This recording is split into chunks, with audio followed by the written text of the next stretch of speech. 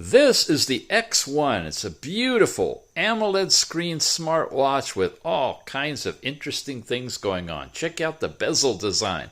We got settings, power off, do not disturb, and overall brightness. You can even lock this watch if you want to. Seriously waterproof. It's got swimming capabilities in it.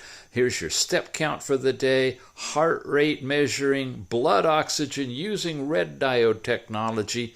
You've got pressure as well, and even weather in your area. When you come up, you got messages pushed from your phone when you're tethered, and slide over this way, you've got an interesting panel that shows you the data we just looked at in the cards, plus some frequently used apps that you could access directly from here. When you press the bottom button, you get whichever thing you decided to program in automatically start. And when you're back here on the home button, you get into your app drawer, which shows you your overall sports, outdoor walking and running and cycling. No GPS, but you do have swimming in here, trekking, badminton, lots of different things, and even more sports that you can add to it as well.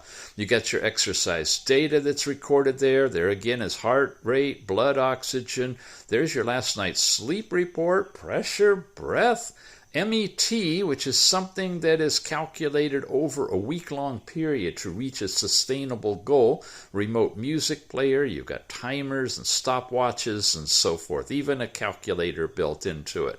You got a great selection of watch faces, and you can download some faces from the Tethered app as well, like this one, Year of the Tiger. It's a really nice, very thin, 60 days standby time on this one. AI watch, it says. It's the X1. Yep, check it out.